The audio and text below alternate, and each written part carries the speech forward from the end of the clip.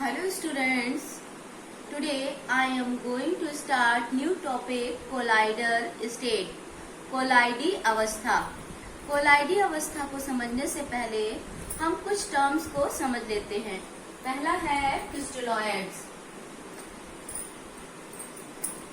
Crystalloids Hindi में इसको हम क्रिस्टलाभ कहते हैं, यानी वे पदार्थ जिनका जलीय विलयन चर्म पत्र से आसानी से विसरित हो जाता है उसे हम क्रिस्टलाभ या क्रिस्टलॉइड्स कहते हैं। फॉर एग्जाम्पल, जैसे शर्करा का जलीय विलयन, तो जब हम शर्करा के जलीय विलयन को चर्म पत्र से प्रवाहित करेंगे तो ये क्या है, आसानी से उससे विसरित हो जाएगा।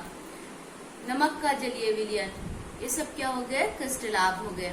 नेक्स्ट हम आता है कोलाइड्स।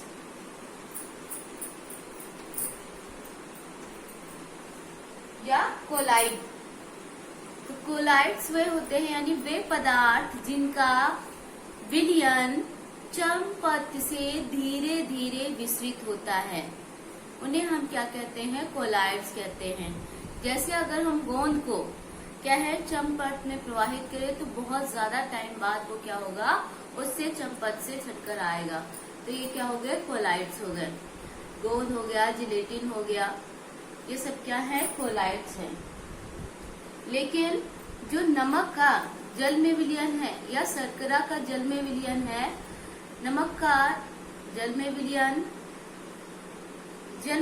ये क्या करता है, एज अ क्रिस्टलाभ की तरह कार्य करता है।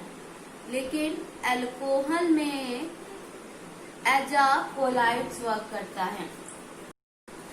इस कथन से हमें ये पता चलता है कि जो कोलाइडी है वो कोई पदार्थ नहीं है, ये क्या है, एक अवस्था है। ये क्या है, एक अवस्था है, यानी वह विलयन जिनमें अवयवी कणों का आकार 1 से 200 nm होता है, उसे हम कोलाइडी निकाय या फिर कोलाइडी अवस्था कहते हैं। अवयवी कणों का आकार 1 से 200 nm होता है तो उसे हम कोलाइडल स्टेट या कोलाइडल सिस्टम कहते हैं। अब बात करते हैं वह निकाय जिनमें कोलाइडी कणों का आकार 1 से 200 nm होता है, उसे हम क्या कहते हैं, कोलाइडल स्टेट कहते हैं या फिर वो कोलाइडल सिस्टम कहलाता है। यह क्या होता है, एक विस्मांगी तंत्र होता है, यानी इसमें इस विस्मांगी तंत्र में 2 फेजेस होते हैं, यानी कोलाइड में 2 मीडियम पाए जाते हैं, 2 अवस्थाएं। एक क्या होती है, डिस्पर्स फेज और दूसरा होता है डिस्पर्सन मीडियम। यानी एक को हम कहते हैं परिक्षेप्त प्रावस्था और दूसरा क्या कहलाएगा, परिक्षेपण माध्यम। यानी कोलाइडल में 2 स्टेट होती है, एक को हम परिक्षेप्त प्रावस्था या डिस्पर्स फेज कहते हैं और दूसरा परिक्षेपण माध्यम या डिस्पर्सन मीडियम कहलाता है।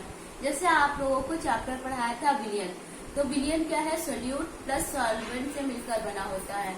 तो परिक्षिप्त प्रावस्था यानी जो विलय के समान होती है, यानी जो सोल्यूट के समान होती है, वो हमारी क्या कहलाएगी, परिक्षिप्त प्रावस्था कहलाएगी या डिस्पर्स फेज कहलाएगी। लेकिन जो सॉल्वेंट के समान होती है उसे हम क्या कहते हैं, डिस्पर्सन मीडियम कहते हैं। ठीक, यानी जो परिक्षिप्त प्रावस्था है, कोलाइडी विलयन में उपस्थित कोलाइडी कणों की प्रावस्था को क्या कहलाएगी, परिक्षिप्त प्रावस्था कहलाएगी। कोलाइडी विलयन में उपस्थित कोलाइडी कणों की प्रावस्था को परिक्षिप्त प्रावस्था कहते हैं या विलय के समान होती है। इसमें कणों का आकार 1 × 10⁻⁷ से 2 × 10⁻⁵ सेंटीमीटर तक होता है।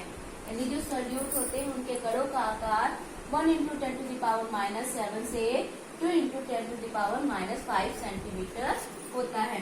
इसके बाद आता है डिस्पर्सन मीडियम।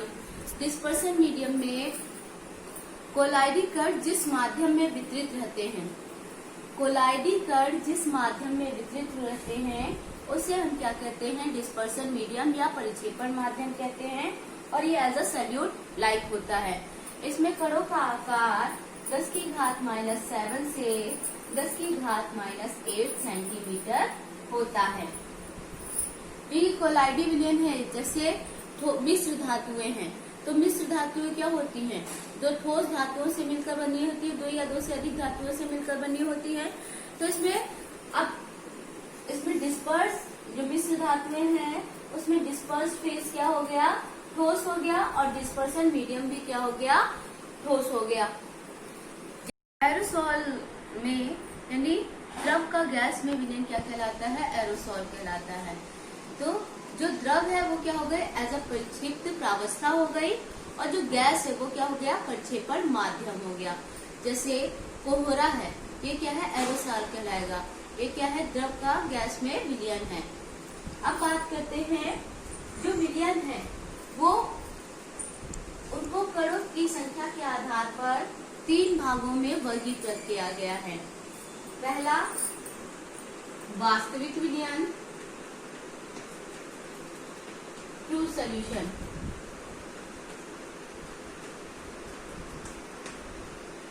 सेकेंड कोलाइडी विलयन,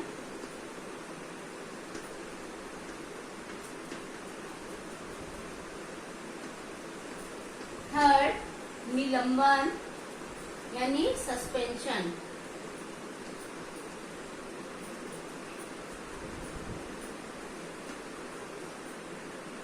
तो विलयन का अगर हम देखें तो विलयन 3 भागों में वर्गीकृत किया गया है।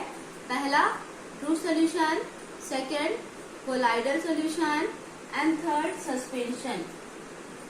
ये इनका वर्गीकरण कणों की संख्या के आधार पर किया गया है।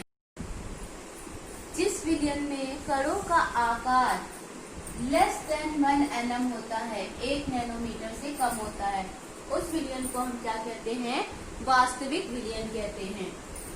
जिस विलयन में कणों का आकार 1 से लेकर 200 nm तक होता है, 1 से 1 to 200 नैनोमीटर होता है, उस विलयन को हम क्या कहते हैं, कोलाइडी विलयन कहते हैं।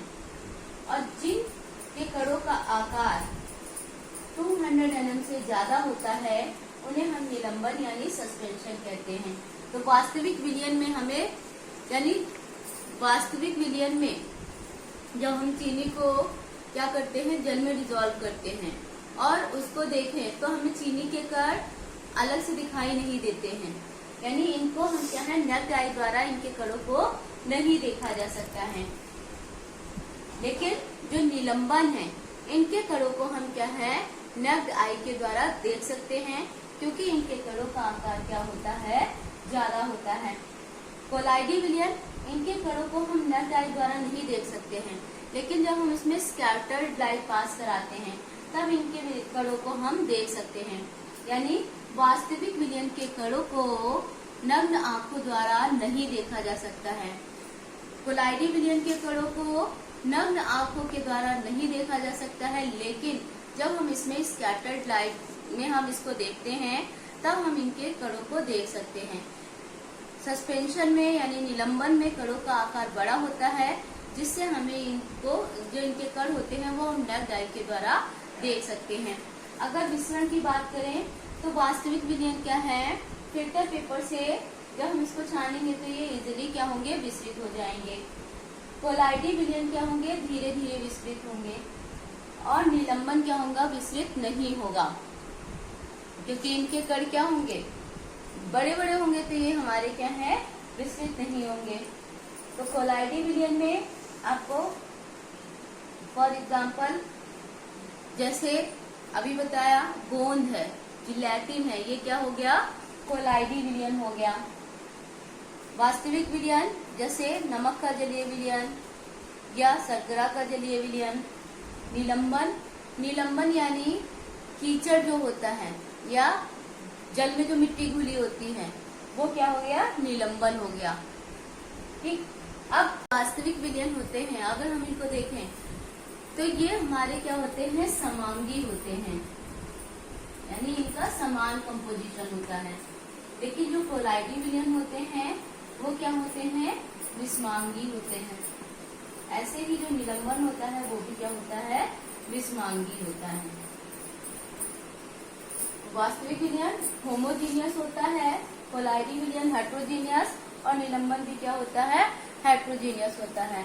वास्तविक विलयन हमारा क्या होता है, ट्रांसपेरेंट होता है।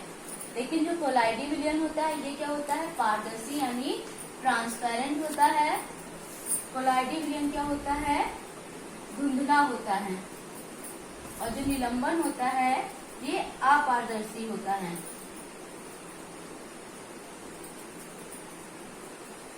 वास्तविक विलयन पारदर्शी होता है, कोलाइडी विलयन धुंधला दिखाई देता है, और जो निलंबन होता है वो अपारदर्शी होता है। नेक्स्ट अगर हम बात करें तो जो निलंबन होता है, निलंबन में गुरुत्वीय बल के कारण जो इसके कण होते हैं वो नीचे तली में बैठ जाते हैं, क्योंकि इसके कण क्या होते हैं, बड़े बड़े होते हैं, तो वो कुछ समय बाद इसके कण नीचे तली में बैठ जाते हैं। लेकिन कोलाइडी विलयन और वास्तविक विलयन में ऐसा कोई भी प्रभाव नहीं होता है। Thank you.